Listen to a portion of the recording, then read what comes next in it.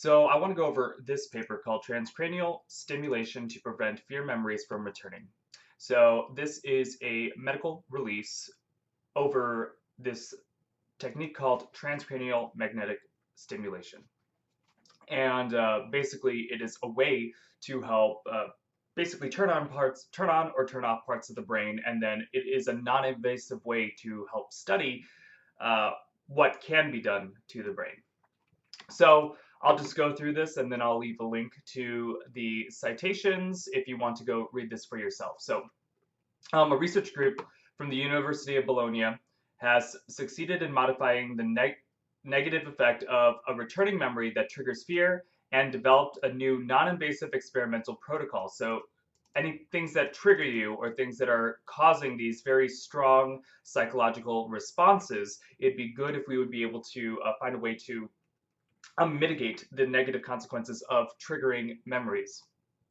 Anyways, the result of the study, published in the journal Current Biology, is an innovative protocol that combines, fear conditioning, a stimulus associated with something unpleasant that induces a negative memory, and the neurostimulation of a specific site of the prefrontal cortex, which is a part of the brain.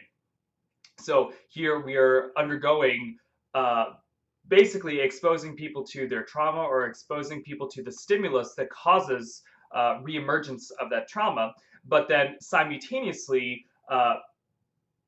interacting or creating a signal in a part of the brain at the same time. So it would be a way to condition someone to a particular stimulus.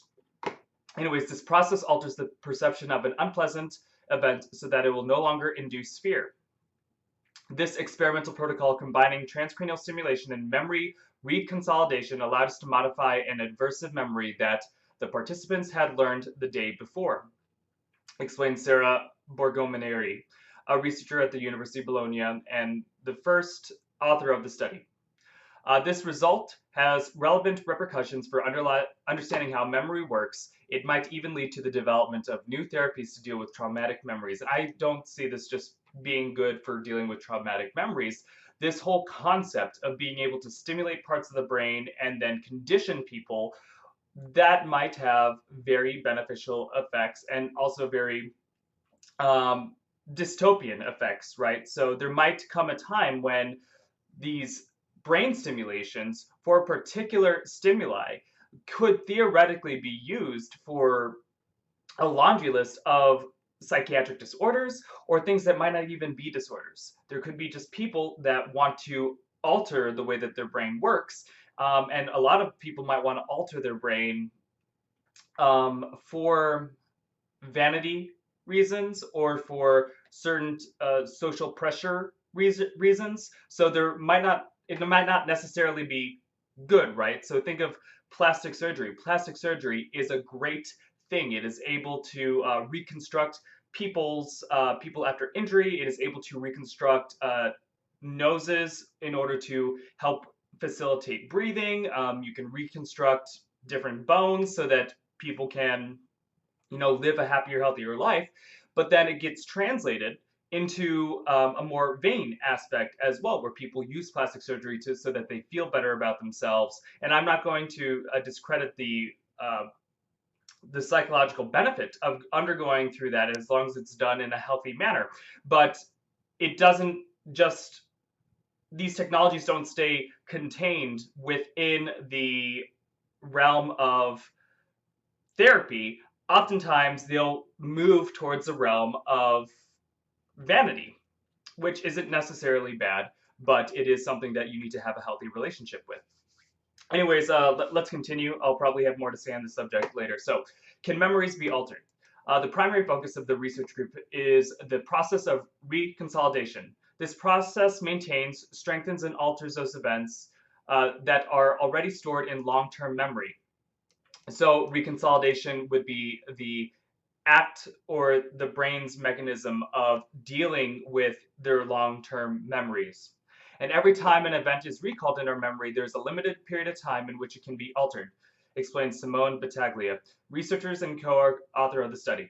The protocol we developed exploits this short-term window and can therefore interfere with the reconsolidation process of learned aversive memories.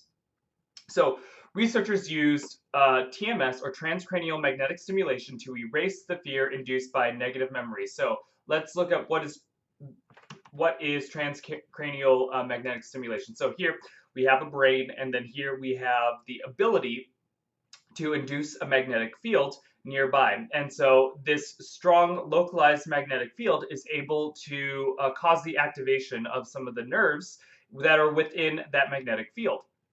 So it's a non-invasive form of brain stimulation in which a changing magnetic field is used to cause electric current. So it's not just creating a magnetic field, it is altering the magnetic field, which also will cause a change in the electric field. So the magnetic, or how do I phrase that? The change of a magnetic field is going to be an electric field, and the change of an electric field is going to become the magnetic field. So those become basically not interchangeable, but the changing of one field is going to influence the change of another field, and it's reciprocal. So that's a little bit of freshman level physics for you. It's probably even earlier, high school probably is when they teach that. So an electric pulse generator or a stimulator is connected to a magnetic coil, which in turn is connected to the scalp, and the stimulator generates a changing electric current within the coil, which induces a magnetic field. This field causes a second inductance of inverted electric charge within the brain itself. So here we have a changing electric field, and that changing electric field is causing this changing magnetic field, and this changing magnetic field will influence, or at least try to cause, another magnetic field in all of the materials around, or not, it'll try to create a current or an electric current in all of the materials around it. Now, some materials are not going to be good for creating electric current, such as the air. The air is not going to easily create an electric current, and so there's not going to be much effect there. But your brain, nice and moist, a lot of ions, so there will probably be some electric current that is being generated in that area. And that partial electric current can be used to activate neurons, because the neurons have voltage gated potential, or they have potentials across their cell membranes, and then if they ever get triggered past that, then past their threshold, then they basically fire, and then that firing ends up resulting in a chain reaction of subsequent firings, depending on the type of neurons you're dealing with. Regardless, so that is what's happening. And so TMS has shown diagnostic and therapeutic potential in the central nervous system with a wide variety of disease states in neurology and mental state, with research still evolving. So adverse effects of TMS are rare and include fainting and seizure. So going back to this research group is having people undergo stimulatory trauma stimulation, would be the best way to describe it. But at the same time they're doing it, they are activating this part of the prefrontal cortex, which I presume would be, yeah, I don't know a lot of details about the brain, just know that they're trying to activate this prefrontal cortex at the exact same time, and that should result in training the brain to not associate those memories with pain anymore. So the protocol we developed exploits the short-term, So this is when an electromagnetic coil placed on the head of the participant, TMS creates a magnetic field which can alter the neural activity of specific brain areas. TMS is a non-invasive procedure that does not require surgery or any action on the participant, and for this reason is widespread in research as well as in clinic and rehabilitation programs. With TMS, we can alter the functioning of the prefrontal cortex, which proved to be fundamental in the reconsolidation process of aversive memory, says Sarah Borgomaneri. Thanks to this procedure, we obtain results that until now were only possible by delivering drugs to patients. So here's the trial. The research group developed this protocol through a trial involving 98 healthy people, and every participant had learned an aversive memory and the next day underwent TMS sessions over the prefrontal cortex. First, we created the aversive memory by combining an unpleasant stimulation with some images. The day after, we presented a group of participants with the same stimulus, which in their memory was recorded as aversive. Using TMS immediately afterwards, we interfered with the prefrontal cortex activity. To test the effectiveness of the protocol, other groups of participants underwent TMS without their aversive memory to be recalled, and some other groups were stimulated with TMS in controlled brain areas not involved with memory reconsolidation. So remember, this memory reconsolidation, this is associated with the prefrontal cortex, and presumably there might be other places are that can have a role in memory reconsolidation, but they explicitly chose a location that does not have this function. So at this point, the only thing left to do for researchers was to evaluate the effectiveness of TMS, and they waited for another day and once again tested how the participants reacted when the aversive memory was recalled, and they obtained encouraging results. Participants who had the prefrontal cortex activity inhibited by TMS showed a reduced psychophysiological response to the unpleasant stimulus. They remembered the event, the explicit memory, but its negative effect was substantially reduced. So this is great. Now, granted, here they're talking about a very short term thing, right? So this might be something when if we're predicting that someone might be going to undergo some traumatic experience, there might be a benefit to having like a little device that will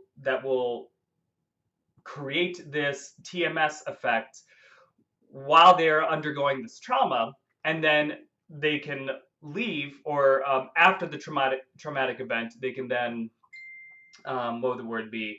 Return back to normal, right? So I could see this being used in wartime, possibly as some form of weapon or some form of interrogation resilience. Like if you wanted to have some of your soldiers be resistant to interrogation and resistant to torture, then you might want to have a device in their brain that whenever the person is undergoing trauma, that it would pulsate to help prevent that from causing long-term psychological damage on the person. Granted, that could also cause long-term psychological damage on the person. Regardless, I do see some defense-related benefits of this particular research. Anyways, this trial showed that it is feasible to alter the persistence of potentially traumatic memories, and this may have crucial repercussions in the field of rehabilitation and clinical medicine, says Professor Giuseppe Di Pellegrino, who coordinated this study. We are dealing with a new technique that can be employed in different contexts and can assume a variety of functions, starting from treating PTSD, which will be the focus of our next study.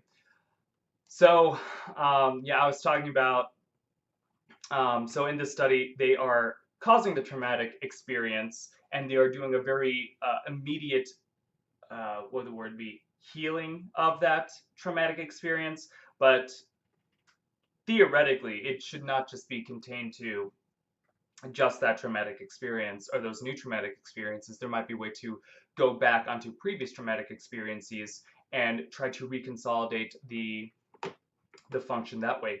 So the experiment was carried out by the center. Okay, so yeah. So with that, I think I'm just gonna leave it at that. I don't know how ethical all this will end up being. So this is why we have bioethics panels, right? Because this probably would result in a lot of people who just want to change the way that their brain works, right? And this is not just limited to trauma. This particular form of training could theoretically have repercussions in schooling. It can have repercussions in defense, right? So if you say want to create super soldiers and you wanted your super soldiers to be very resilient to trauma or resilient to interrogation or resilient in the face of adversity, or when they are, like if you wanted them to keep calm in very stressful situations, this could be types of training that we could theoretically do to these soldiers, right? So there's that needs to be considered, and then we might also run to the risk. We might actually really run into the risk where people who are not heteronormative, who want to say change their sexual orientation, or let's say they're transgendered and they want to basically forget that they are. So is there one might make the argument that they deserve the right to undergo this type of treatment if they want to. So it's a whole X-Men scenario where you create a cure for the mutant gene of the X-Men, and or I should say of the mutants within the X-Men universe, and then some people argue, well, no, there's erasure going on right here. You're erasing the mutants. But then some mutants would say, but I want to live a normal, healthy life. And I don't want to go through the psychological trauma of, I guess, I want privilege, right? So they might make the argument, I want to have my privilege back, or I want to live a privileged life. Therefore, I cannot have this, what I view as an imperfection in myself, right?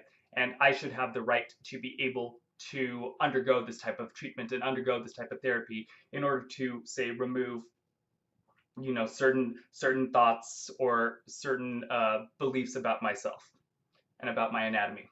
So that is something. Those are bioethics concerns that we are going to have to grapple with as we become better and better at training the brain and stimulating certain areas of the brain to have explicit results. So with that, I pass the question off to you. What are your thoughts about this type of technology? Do you think it'll be generally beneficial, or possibly a very, very, very slippery slope? So leave your comments down.